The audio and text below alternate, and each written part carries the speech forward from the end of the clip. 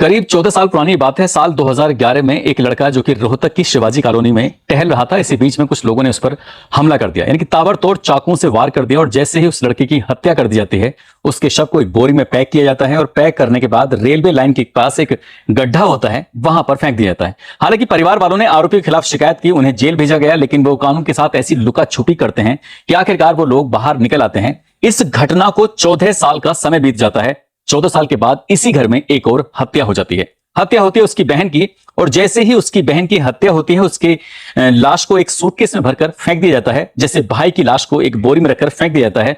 यह मामला social media पर इस कदर वायरल हो जाता है कि देश भर में इस सूटकेस के अंदर जो लड़की मिलती है उसकी चर्चा शुरू हो जाती है। दरअसल आज की कहानी के माध्यम से जानने की कोशिश करते हैं कि आखिरकार उस लड़की की हत्या क्यों हुई, क्या है उसकी हत्या का असली कारण। इस कहानी के माध्यम से समझने की कोशिश करते हैं। आदाब, नमस्कार, सत श्री अकाल। मैं उस्मान सैफी। आज की जो सच्ची घटना मैं आपको सुनाने जा रहा हूं, ये सच्ची घटना है हरियाणा प्रदेश का एक जिला है रोहतक। रोहतक की ये सच्ची घटना है। दरअसल रोहतक दिल्ली हाईवे के किनारे एक छोटा सा कस्बा लगता है, नाम है सांपला। सांपला कस्बे में जो हाईवे गुजर रहा है उसके पास रोडवेज बस स्टैंड है, और बस स्टैंड के बराबर में जो यह हाईवे है उसकी सर्विस लाइन पर एक सर्विस रोड के बराबर में एक बाउंड्री बाउल है। बाउंड्री बाउल के बराबर में ही एक जो सूटकेस रखा हुआ है, और सूटकेस पे आते जाते लोगों की नजर पड़ रही थी। 1 मार्च 2025 की सुबह लगभग 11 बजे के आसपास का वाकया था। लोगों ने एक दूसरे से कहना शुरू कर दिया कि यहां पर किसी की का ये बैग है, छूटा हुआ है, लेकिन नया बैग है, ऐसे कैसे रखा जा सकता है। जैसे ही पुलिस को सूचना दी जाती है, पुलिस मौके पर पहुंचती है, और पुलिस ने आकर उस सूटकेस को जैसे ही खोला तो पता चला कि उसके अंदर एक लड़की को ऐसे जैसे कि अब बिल्कुल फिट कर दिया है, उसके अंदर हाथ पैर तोड़ के उसके अंदर सेट कर दिया हो। और जब उस लड़की के बारे में पहचान करने की कोशिश की, क्योंकि उसका चेहरा बिल्कुल लाल हो चुका था, होठों से खून बह रहा था, इसलिए कई घंटे लग जाते हैं ये पहचानने में, ये जानने में कि आखिरकार लड़की कौन है। और जैसे ही उस लड़की का नाम सामने आता है, लगभग 22-23 साल के आसपास की उम्र रही होगी, नाम हिमानी नरवाल। हिमानी नरवाल का नाम जैसे सामने आता है, सोशल मीडिया पर यह फोटो बहुत तेजी के साथ वायरल होने लगता है। दरअसल साल 2023 में राहुल गांधी जब भारत जोड़ो यात्रा निकाल रहे थे, तो इसी भारत जोड़ो यात्रा के अंदर अलग अलग, चाहे फिल्मी हस्तियां हों या फिर बहुत मशहूर चेहरे हों या फिर अलग अलग फील्ड में काम करने वाले लोग हों, इस तरह से भारत जोड़ो यात्रा का हिस्सा बन रहे थे। और इसी बीच में हिमानी नरवाल जो कि हरियाणवी पोशाक में थी, उसके जो हरियाणी वेशभूषा में थी, तो शायद कुछ इस तरह से लोगों ने सोचा होगा कि राहुल गांधी के साथ जब ये लड़की चलेगी तो हरियाणा की जो वेशभूषा है, उसका जो कल्चर है, वो भी पूरे समाज में, पूरे हिंदुस्तान में जाके पहुंचेगा। और जैसा सोचा था ठीक वैसा ही हुआ। हिमानी नरवाल जब राहुल गांधी जी से मुलाकात करते हैं तो उसके बाद फिर उनका फोटो सोशल मीडिया पर वायरल होने लगता है। अब इसके बाद इस लड़की की पहचान जगह जगह बनने लगती है, लोग उसको पहचानने लगते हैं। सोशल मीडिया पर यह लड़की छाई रहती है।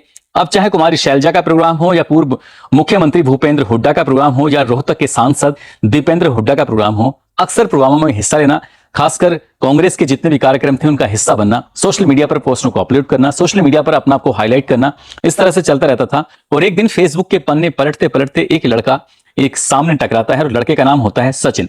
सचिन जो कि अपने माँ बाप का इकलौता होता है, उसकी बहन होती है, उसकी शादी हो चुकी होती है। सचिन की भी हालांकि प्रेम विवाह हो चुका था, दोस्त को बच्चे होते हैं। वो रहने वाला होता है बहादुरगढ़ का एक गांव लगता है खैरपुर, और खैरपुर के पास में ही एक गांव लगता है कनौदा। कनौदा में वो मोबाइल रिपेयरिंग का काम करता है।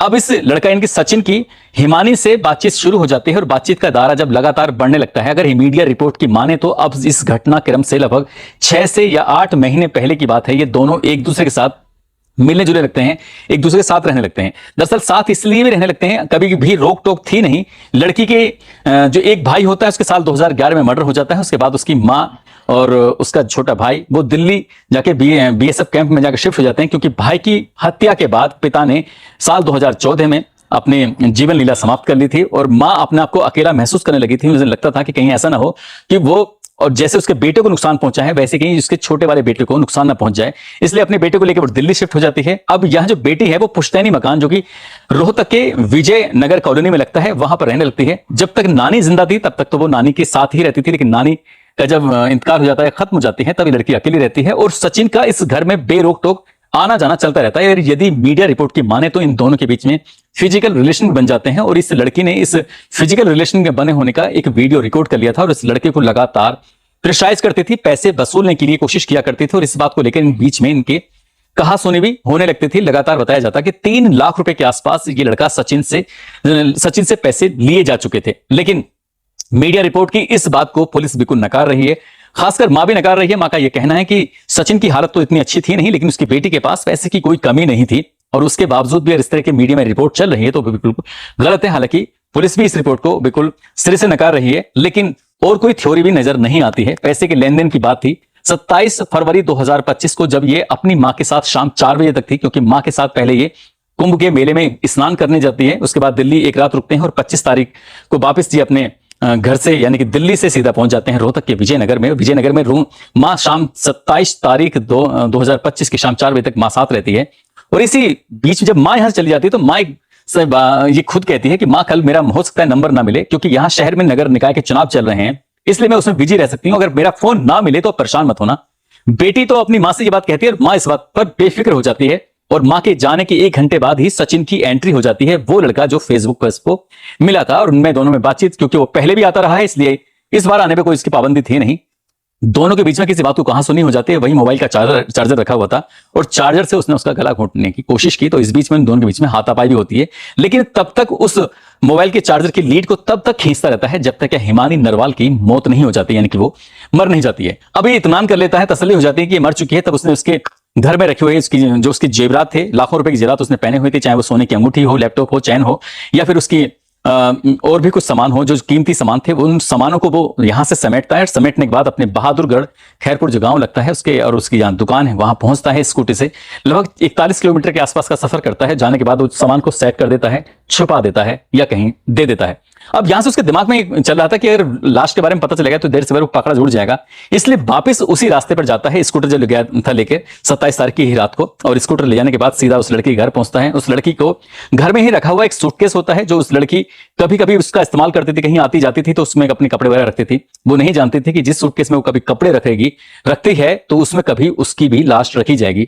उस लाश को उसके सूटकेस में सेट करने के लिए उसके हाथ पैर तोड़ने की जरूरत पड़ी, तो उसने तोड़ा मरोड़ा और उसके अंदर सेट कर दिया। अब उसके बाद उसने यहां से सूटकेस को उठाता है सचिन। उठाने के बाद एक ऑटो पकड़ता है, ऑटो वाले से कहता है कि मुझे आगे चलना है। अब कोई भी इस बात से अंदाजा नहीं लगा सकता कि उसके अंदर लाश है, और ऑटो में रखे उसे लगभग 26 किलोमीटर का सफर तय करता है। सफर तय करने के बाद एक कस्बा लगता है रोहतक जिले के अंदर, सांपला बस स्टैंड के पास पहुंचता है। उसे ऑटो वाले को पैसे देता है, कहता है कि तुम जाओ। ये सर्विस मार्ग जो है उसके बिल्कुल बराबर में ही एक बाउंड्री वॉल है, जो कि शायद किसी रैलिंग वगैरह से हो रही है। उसकी झाड़ियों में, उसकी जो फूलों की जो पेड़ पौधे हैं उसमें ही वो उस लाश को रख देता है, छुपा देता है। अब पुलिस के पास मामला पहुंचता है। जब ये 1 मार्च 2025 को लाश मिलती है, उसके बाद पुलिस इस मामले की जांच इसलिए भी बहुत तेजी से करने लगती है। हालांकि वहां पर शहर के यानी कि नगर निकाय के चुनाव चल रहे थे। पुलिस ने बड़ी शिद्दत ईमानदारी से काम किया और बहुत कम समय में, लगभग 36 घंटे में सचिन को गिरफ्तार किया, और गिरफ्तार करने के बाद उसको जेल भेजा जा रहा है, कोर्ट से रिमांड ली जा रही है।